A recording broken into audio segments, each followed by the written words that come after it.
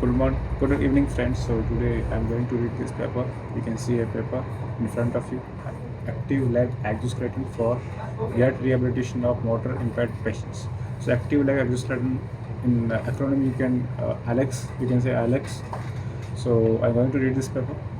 So before starting, I can show you my environment. This is my here environment. Totally a space station view. You can see from here.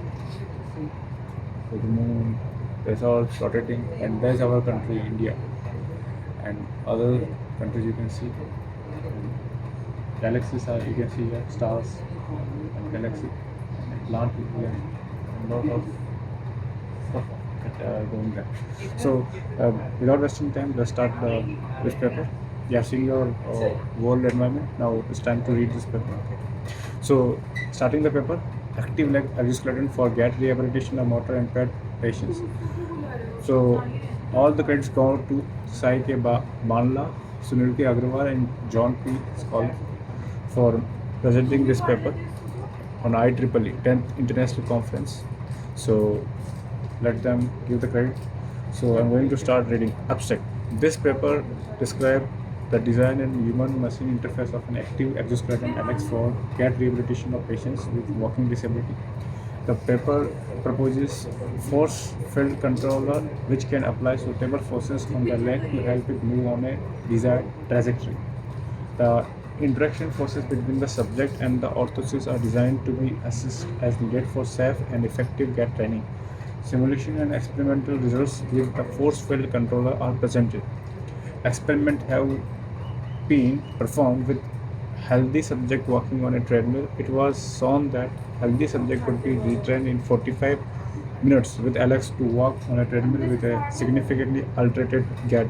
In the coming months, this powered orthosis will be used for gait training of stroke patients. So I read this. Now let's part to start introduction. So introduction, neurological injuries such as hemiparesis from stroke results in significant muscle weakness or impairment in motor control. Such patients often have substantial limitation in movement. Physical therapy involving rehabilitation helps to improve the walking function. Such rehabilitation requires a patient to practice repetitive motion, specifically using the muscle affected by neurological injury. Robotic rehabilitation have many advantages over conventional manual rehabilitation such as reduced dependence on clinical staff, interaction forces, torque measured with sensors can assess quantitatively the level of motor recovery. Robotic can help in delivering controlled repetitive training at a reasonable cost. Okay, now next. Currently available lower extremity orthotic device can be classified as either passive, where a human subject applies forces to move the leg, or active, where actuators on the device apply forces on human leg. One of the passive device is gravity balancing leg orthosis GBO, developed at University of Delaware. This orthosis can alter the level of gravity load acting at a joint by suitable choice of spring parameters on the device.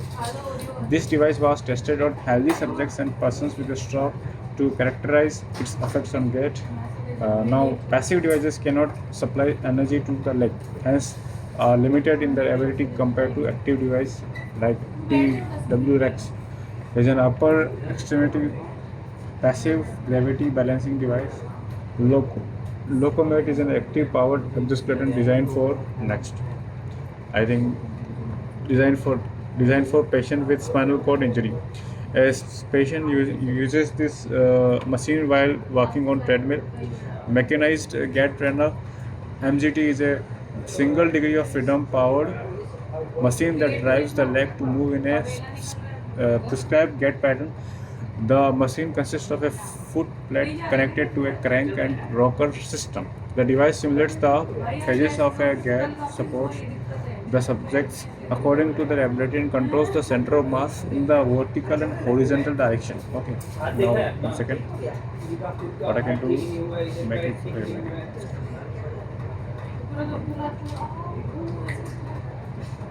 You can make it large. Now you can read it. So the device simulates the phases of gait, supports the subject according to their ability, and controls the center of mass in the vertical and horizontal direction. Auto amputator is a rehabilitation machine for the leg to assist individual with stroke and spinal cord injuries. This machine is designed to replicate the pattern of normal gait. HAL is powered suit for elderly person with gait deficiency.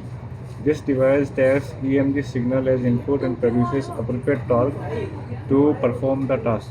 Another power assisted exoskeleton is Lex, Berkeley lower extremity exoskeleton. It is not intended to be rehabilitation device but a human strength augmenter. PAM pelvic assist manipulator is an active device for assisting the human pelvis motion.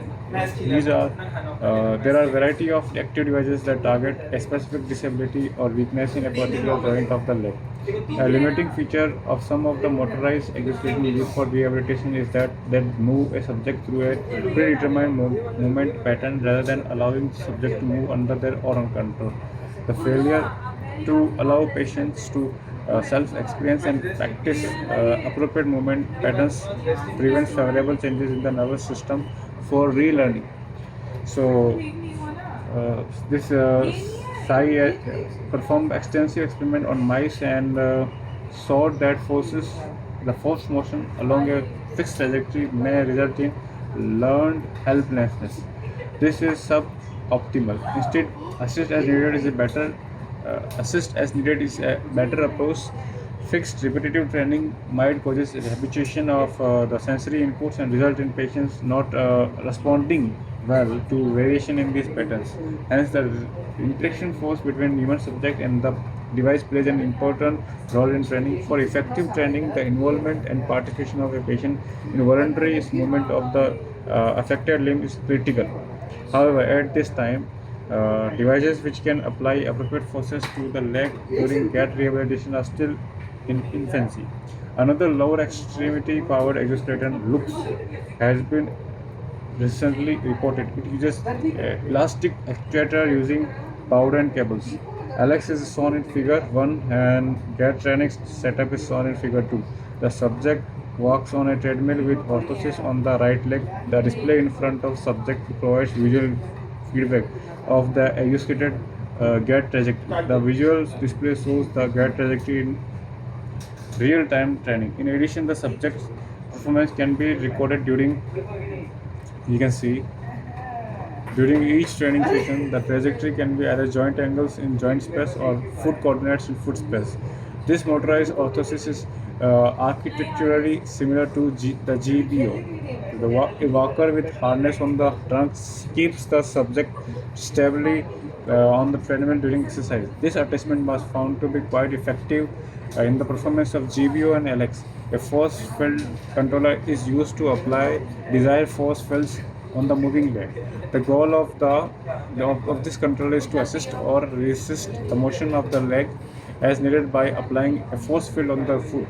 Okay, so you can see the user is not restricted to a fixed repetitive trajectory. You can see this in figure 1. The power leg orthosis with human subject, you can see where the marking A is boom to support hip motor, and B for hip linear actuator, and the C is spring loaded winch to support device weight, and D, 1 minute, you can see here, 1 minute, I think you are seeing it. Okay, so D, walker to support the device, and E, treadmill. E is the treadmill, and F, hip joint, and G is load cell on hip linear actuator. So knee linear actuator, and I is knee joint, and J is loaded cell on knee linear actuator. Fine. So next, moving on. So the user is not restricted to fixed repetitive trajectory. Force field control uses the concept of assist force as needed. In other words, the force field controller provides close to 0. 1 minute. Okay. In other words, force field controller provides close to 0 impedance when the subject moves on the desired gait and offers high impedance with deviation. This impedance modulation and assistance is achieved by the controller in contrast with loops.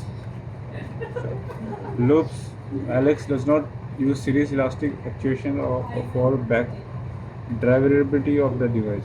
Instead, friction compensation is used as described in this paper. Architecture of force field controller and simulation results are presented in section 3.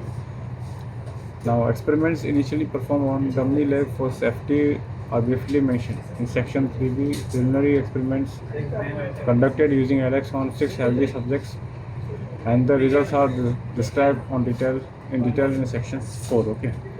So, orthosis design description. The design of the active orthosis is based on our prototype of passive gravity balancing leg orthosis. The overall setup has 5 component walker, which support the weight of the device, the trunk of the orthosis, which is connected to a walker and has 4 degrees of freedom.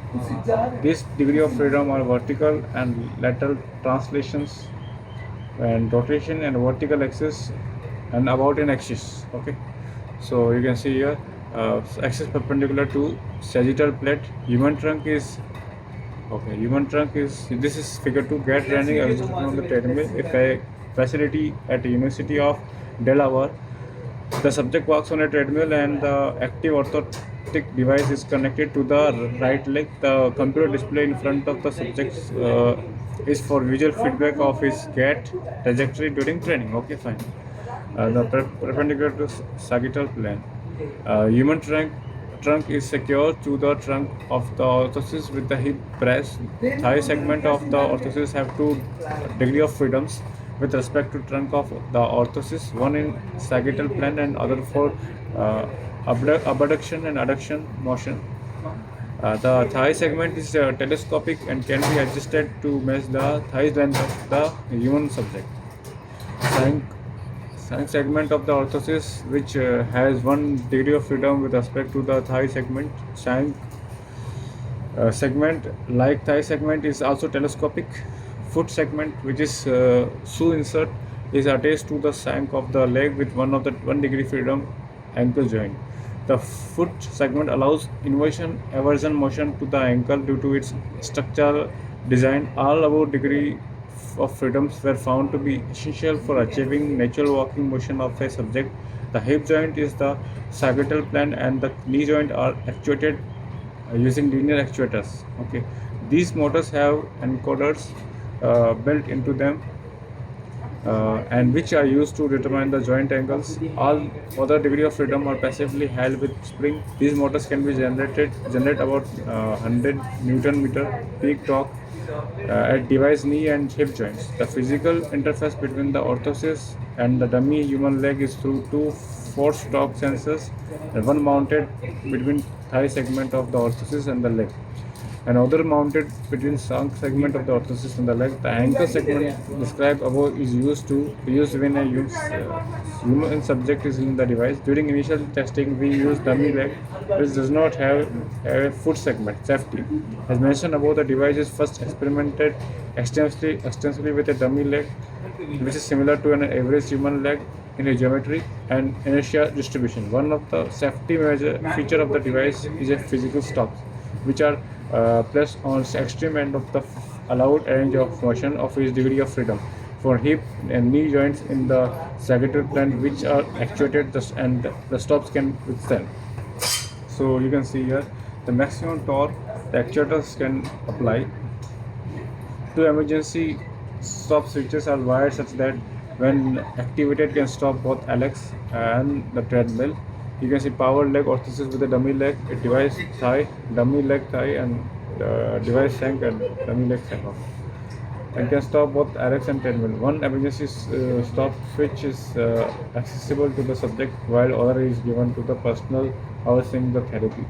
Drivability of the actuator. To meet the challenging goal of using a lightweight motor and a mirror. Okay. To meet the challenging goal of using a lightweight motor and at the same time requiring the motor to provide enough torque, we chose a linear actuator driven by an electric motor, these linear actuators cannot be back driven. That is, it is very hard to apply force on the linear actuator and drive the motor. This happens because the friction and damping force is in lead screw of the motor, yet magnified by its high transmission ratio. However, by using friction compensation, the motor can be made back drivable. This back drivability of actuator is important for using force-based control, as it makes it easier for the subject to move their leg without sizable resistance from the device. Okay. Now the friction compensation method use are model-based compensation, in which we feed forward frictional forces to the controller using a friction model obtained from experiments. Load cell based compensation, in which we use load cells in line with the lead screw of the linear actuator along with the fast PI controller. We have also studied the use of adaptive friction controllers, where we observed that the adaptive one minute, what happened? I think something is here. I will click here. Okay. For feed forward friction compensation, a good friction model is required. Figure 4 shows the frictional force as a functional of its linear velocity. The plot has ripples in the first and third quarter. This behavior can be approximated with 1 second. You can see here, figure 4 here. The frictional force in linear actuator as a function of its linear velocity. You can see this is force. As we apply force in Newton, and the velocity is varied. Okay. This frictional force in linear actuator as a function of a linear velocity. So systematic showing anatomical joint angle conversion. The equation F friction is equal to KF sine x plus KF at KF dtx, where x is the linear velocity of the motor, and Kf and Kfd are constants.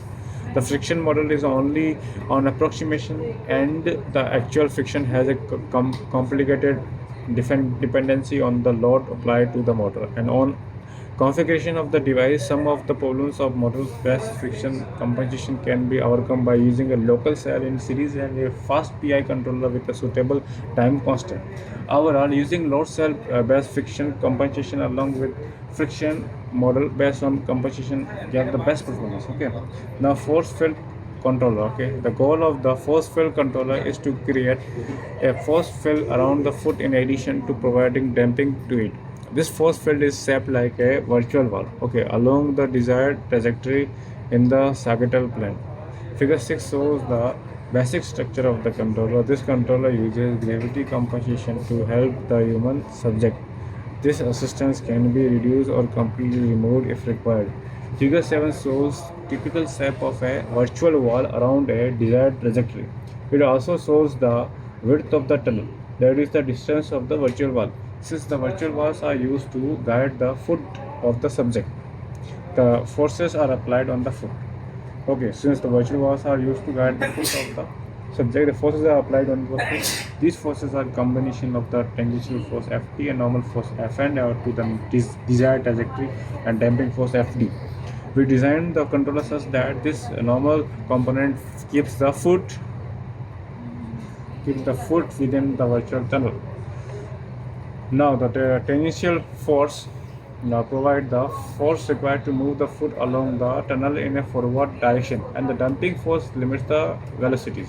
Let P be the, so this is one thing, the tangential force provides the force required to move the foot along the tunnel in forward direction, and the damping force limits the velocity. Let P the current position of the foot in that Cartesian space in reference frames x naught or y naught attached to trunk of the subject, and be the nearest point to P on the desired trajectory, and n bar is the normal vector, n factor is the normal vector form P to n.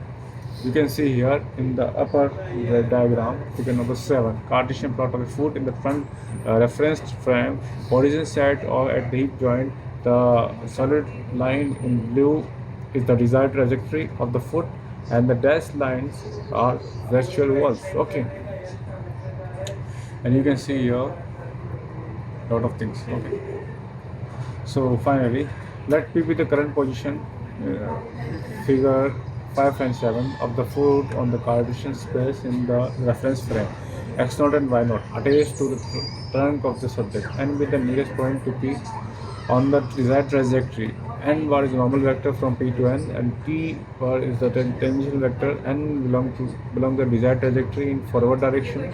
The force F the foot is designed is F is equal to F tangible force or normal force plus that dumping force, all these things. Where Ft is tangential force, normal force, dumping force. The tangential force Ft is defined as, and Ft is equal to Kft 1 minus d by dt. Yeah, and T is our vector from you can see from P to N. Otherwise 0. Okay, the normal force Fn is given by Fn is equal to small d capital Dn. Okay, the dumping force Ft on the foot to limit velocity is given by Fd is equal to minus Kd x, where Kft, dt, Dn and Kd are constant.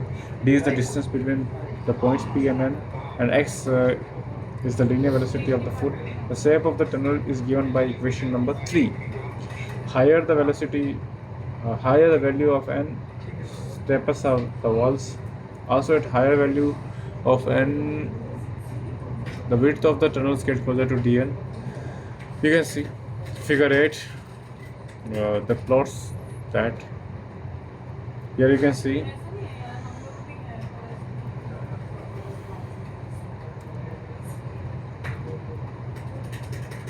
tangential normal force. The figure 8 shows plots of tangential and normal forces is a function of distance from the desired trajectory. Positive forces points toward the trajectory. Parameters used are Kft equal to 1 and dn is equal to 0.005 meter, dt is equal to this, and n is equal to Kft is equal to 1 Newton, dn is equal to 0.02 meter, and dt is equal to 0.025, and n is equal to small n is equal to 10. Okay, fine. Okay. So figure 8 shows plots of tangential and normal forces as a function of distance t from the desired trajectory. Positive force points toward the trajectory. Note that the tangential force ramps down as the distance d increases. This is to bring the leg closer to trajectory before applying tangential force. The required actuator input at the leg joints that apply the above force field F is given by this. Okay, where G theta is for gravity compensation. Finally, the forces is the linear actuator Fm are computed using principle of virtual work given by this, where Li is the length of ith linear actuator. Simulation. Okay, fine. Simulations were performed using the parameters shown in figure 8. We can see figure 9 that with narrow virtual tunnel, the error in the design trajectory and the trajectory achieved is smaller when compared to the wider actual virtual tunnel. This shows that the maximum deviation of the foot from the desired trajectory can be controlled using the width of the tunnel dn as the parameter, where kft is increased from 40 to 60 and all other parameters kept the same. So dn is equal to 0.02 and dt is equal to 0.025, and n is small n is 10. The tangential force also increases. As a result, the gait cycle period reduces from 5 seconds to 3.8 seconds. Thus, kft can be used as parameter to change the gait time period. Okay. Now you can see here experimental results with dummy leg. The experiments with force field controller were conducted with dummy leg in the device. The parameter used were kft is equal to 50 Newton, dm is equal to 0.01 meter, dt 0.025, and n equal to 3. Figure 10 shows the plot of foot trajectory obtained from experiment through simulation with the same set of parameters. You can see here kft is equal to 50, dn is equal to 0.012, dt is equal to 0.025, and n is equal to 3. Again, the difference between them could be attributed to an inexact mathematical model used in the simulation. In the figure, one can see that the foot bouncing off the virtual tunnel walls. Okay, you can see. Experiment with healthy subjects. Experiment with active leg exoskeleton were performed with 6 healthy adult subjects. This was done to evaluate whether the device could be used to induce short-term adaptation of the walking pattern even of healthy individual. Note that the subjects also receive visual feedback of their gait trajectory, which could also help in inducing adaptation, specifically find the effects of the device alone. We use two subject groups, experimental group and control group.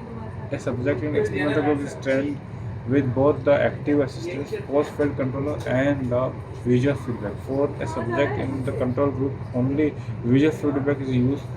Hence, the difference in adaptation of alternated gait pattern in experimental group and control group can be attributed to the force field control alone. Now, procedure. Three subject groups out of six were assigned to an experimental group who received active assistance from Alex. Their assistance is provided by the force field controller to produce the sabbatical plan for foot trajectory during training. As discussed in section 3, the force field controller applies normal force which simulates a virtual walk like force field around the foot in sagittal plan. Section 3 can be used to set virtual wall stiffness so that subjects encounter a non-linear spring-like resistance when the footpath deviates from the prescribed footpath. So this is important. So equation 3 can be used to set virtual wall stiffness so the subjects encounter a non-linear spring-like resistance when the footpath deviates from the prescribed footpath. The tunnel width could be set to allow more deviation of the controlled footpath from the prescribed footpath. A significant spring-like resistance was encountered only when the subject reached the walls of the tunnel due to the nature of equation 3. Tension force is applied by the controller to assist along the desired footpath 3. Okay. Now 3, what you can see, 3 the subjects. Three subjects in the control group tried to match a prescribed template without receiving assistance from Alex. Figure 11 shows the details of training procedure of 4 subjects in experimental and control groups. First, the subjects were asked to walk in the device for 5 minutes to get familiarized with it. At this time, force field and visual feedback are turned off. At the end of this block, subjects' baseline gait data were recorded. A prescribed foot trajectory was then devised by scaling down each subject's baseline foot path, particularly in the vertical direction, enough to make replication of the prescribed path challenging. Subjects in both groups received 4 15-minute blocks, training 1 to 4 in figure 11 of the training data trials, during which the prescribed template and the subject's current footpath were displayed on a video monitor in front of the subject. Visual feedback was continuous for all training blocks because of limited time to manipulate feedback adequately in these preliminary studies. All 4 training blocks were identical for the control subjects. For the experimental subjects, both the stiffness of the virtual walls and assisting force were kept constant. N equal to 1, kT is equal to 50 N, 15 Newton, kT is equal to the 30 Newton second meter per meter, and dt tangential that 1 meter. What changed was the width of the virtual wall, that is the degree of constraint on the footpath. The constraint was maximal for the first block of training trials as the tunnels were narrowest, that is dn is equal to 0.003 meter. The footpath was less constrained, greater allowable deviation of the footpath from the prescribed path. For blocks 2 and 3, dn equal to 0.006 meter. The constraint of the controller was further reduced during the 4th block of trials, that is dn is equal to 0.008. Evaluation of the subject's walking performance on the pavement was obtained with force field controller turned off, with friction composition still on at 3 time points prior to the initial block of the training pre-test, prior to block 3 of the training mid-test, and after block 4 of training post-test. All of these data collections were performed with the template and current foot trajectory displayed on to the subject. In addition, following the post-test, video feedback was turned off and subject performance was recorded to test for evidence of footpath adaptation or retention. So you can see here, this is pre-test, okay, this is post-test that we done. and this is mid test. You can see the trajectory and rotation. This is posterior anterior. Horizontal foot position. Okay. So this is the plots of sagittal plane footpath of a healthy subject from 4 revolution points after training with Alex. Although it is shown in the plot of the plot for reference, the prescribed trajectory was not shown to subject during the retention test. Active device training, you can see here. This is position for the prescribed midway. End of training with the template displayed to the subject, and finally with the template turnout results. Now it's time to for results. The results of one experimental subject performance during the 4 evaluation session are listed in figure 12. So you can see the figure 12 here, and I already shown you this. Okay. Figure 12, where the thin solid line is subject's average foot path and the heavy dashed line is the prescribed foot path. As shown in the figure, the actual foot path deviated substantially from the required trajectory at the initial evaluation, but was safe to approximate the required trajectory even by the mid-training evaluation. That the trend pattern was maintained reasonably well in the subject well in the subject following training after the feedback was turned off completely is remarkable. Now summary results of the vertical deviation of the actual from the required foot trajectory for all 3 experimental and control subjects are illustrated in figure number 13. You can see here active device training, and you can see here. So only the vertical dimension is listed because most of the change occurred in this dimension. So only the vertical dimension is listed because most of the change occurred in this dimension. Note that the experimental subjects actually had greater foot deviation during the pre-test. The control subjects' performance remained relatively constant throughout, while the experimental group showed a consistent reduction in the deviation from the required trajectory during training. From pre-test to post-test, the reduction in deviation for the experimental group is about 60%. This reduction in deviation was partially maintained even after removal of visual feedback. As seen at the retention phase in the figure, this result is striking given the walking patterns are highly ingrained through many years of the practice, and of course interpretation of this result required caution given that treadmill walking differs significantly from our ground locomotion and is not well practiced. Nonetheless, the results are encouraging. Our next step is to obtain additional data on healthy subjects using this paradigm and then to evaluate short-term and long-term training of a few patients. So conclusion and future work, you can see power leg orthoses have been built following the design of our gravity balancing orthosis GBO. It has linear actuator at hip and knee joints. It is also instrumented with 4-stroke sensors and encoders. Force field controller was developed to provide assistance to the patient. To make the linear actuator back drivable, these controllers were used with model-like base and or load cell base friction compensation. The back drivability of the actuators helps the device in making it responsive to the human applied forces by offering least impedance.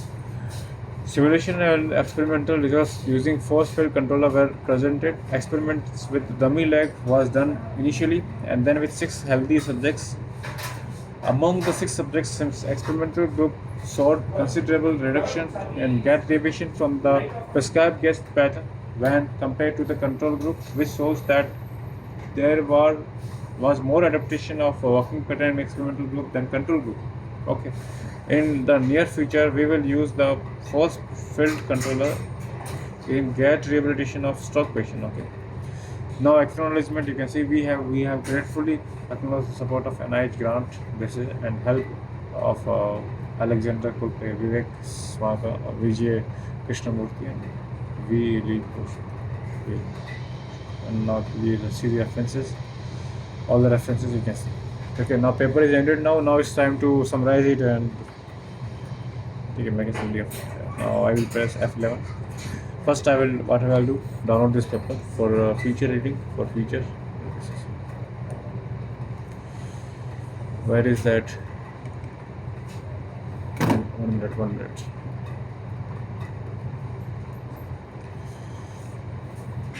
Okay, fine, it's come. So I will save it. Okay, fine, I will save with the same name, active like exoskeleton. I forget it. Fine, save it. It's saved. What I will do, I will go here, and what I will do,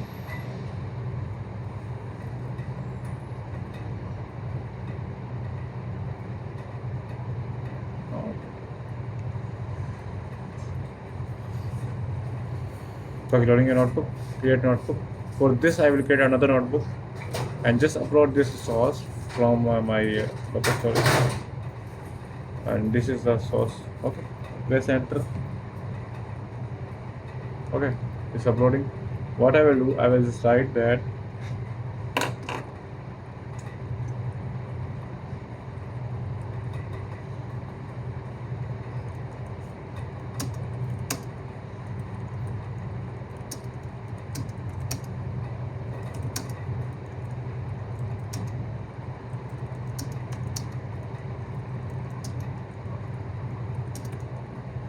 okay. So now what I will do, first read out what is given here.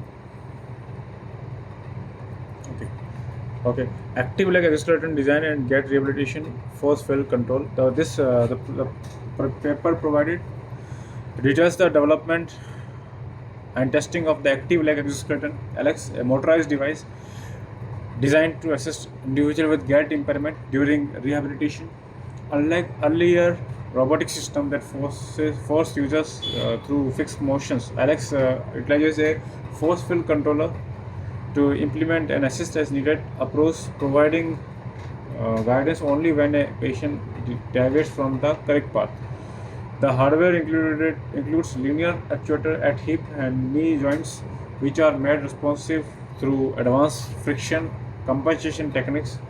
Experimental results with healthy subjects demonstrated that the device successfully induced short-term motor adaptation, significantly reducing trajectory errors through treadmill training. This research highlights the potential for robotic orthosis to facilitate neurological relearning by encouraging active patient participation. Further application aim to apply this finding to help stroke survivors regain natural walking patterns. Okay, now I will press enter. Okay, I'm going to summarize paper. Going to summarize what I can do. You can see the original. Okay. It's already very time is how much? 1 hour 15 minutes. So time is enough. This research paper okay, 1 minute. This research paper details the design, control, and experimental validation of active leg exoskeleton, a robotic device developed for gait rehabilitation of individuals with motor impairments such as stroke survivors. So, summary of the research paper. The point number 1: design and architecture. ALEX is a powerful orthosis designed to be used while. What I can do, I just close this, so it can more space, and close this as well, so it can become more space. Okay, fine. Now I will read. Design architecture. ALEX is a power orthosis designed to be used while walking on a treadmill. The system consists of 5 main components: a support walker, a trunk with 4 degrees of freedom, telescopic thigh and shank segment to match human limb length, and a foot segment. The hip and knee joints in the sagittal plane are actuated by linear motors, while other degree of freedoms are passively held by springs. So this is the thing, that the system consists of 5 main components: a support walker, a trunk, and 4 degree of freedom a trunk with 4 degree of freedom, telescopic thigh, shank segment, and to match human limb length and foot segment. The hip and knee joints in the sagittal plane are actuated by linear motors, while other degrees of freedom are passively held by spring. So, force field control strategy. The researchers propose a force field controller based on the assist as needed paradigm. Unlike traditional rehabilitation robots that force a patient leg through a rigid predetermined path. Alex creates a virtual tunnel around the desired gait trajectory. Low impedance. When the subject moves correctly within the tunnel, the desired offers nearly zero resistance. And corrective force, if the subject uh, deviates, the controller applies normal forces to push the leg toward the trajectory, tensile forces to have the leg move forward, and damping forces to limit velocity. Actuator back drivability. To ensure the device is responsive to human movement despite using non back drivable linear actuator, the team implemented friction compensation, combining model base and load cell base compensation. This significantly reduced the resistance the subject feels when trying to move the leg manually. Now, experimental results. Initial testing was performed on dummy leg for safety before transitioning to a study with 6 healthy adult subjects. The subjects were split into experimental group receiving Alex assistance and visual feedback, and a control group receiving only visual feedback. Okay, the experimental group achieved a 60% reduction in gait deviation. That's obvious because they were having the both feedbacks. Okay, so they achieve a 60% reduction in gait deviation. Okay, and from the pre-test to post-test, the study found that subject could be retrained to walk with significantly altered gait in approximately 45 minutes. Notably, the experiment group maintained much of the improved gait even during a retention phase after visual feedback was removed. Okay, now questions is also, why do authors prefer the assist as needed our traditional fixed trajectory robotic training? Research suggests that forcing a patient along a fixed path can lead to learned helplessness and sensory habituation, where the patient stops actively participating in the movement. The assistance needed requires the patient to voluntarily participate, which is considered critical for increasing the nervous system to relearn motor patterns. How does the RX system provide feedback to the user during training? Subjects receive real-time visual feedback via a computer display located in the front of the treadmill. This display shows both the desired gait trajectory, the template, and the subject's actual executed gait path, allowing them to make conscious adjustment. What safety mechanisms are built into the RX hardware? Safety is maintained through physical stops at the extreme end of the range of the motion for every degree of freedom to prevent injury. Additionally, there are two emergency stop switches, one that the subject can reach and another for the supervising clinical, both of which can halt both the exoskeleton and the treadmill simultaneously. How can the controller adjust the speed or time period of the gait cycle? First, the controller uses a parameter called KFT, tangential force gain. Simulation slowed that by increasing KFT, the tangential force pushing the foot forward increases, which effectively reduces the gait cycle period. Example, from 5 seconds to 3.8 seconds. What is the purpose of friction compensation in this design? The linear actuators used in Alex has high friction and damping because of the internal lead screws, making them very difficult for human to move manually, not back drivable. Friction compensation is used to cancel out these internal forces, making the device transparent and responsive to the user's voluntary efforts. So that's okay. This is the use of friction compensation. The linear actuators use in high friction damping because of the internal lead screws, making them very difficult for human to move manually, not back drivable. And friction compensation used to cancel out these internal forces, making the device transparent and responsive to the user's voluntary efforts. That's important.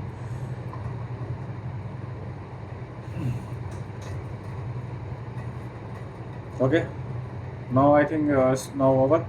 So you can also ask another question: what are the benefits of linear motors in LX? Using linear motors in LX, and you can see the results very quickly.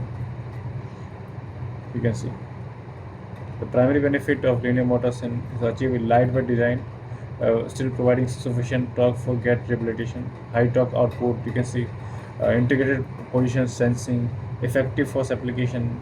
Okay, This thing you will learn. So thank you so much for reading this paper with me and listening it, and hope you like this. Now it's time to have a goodbye. Okay. So I'm going to stop this paper. You are seeing this. Okay. Nice. Okay. Thank you so much.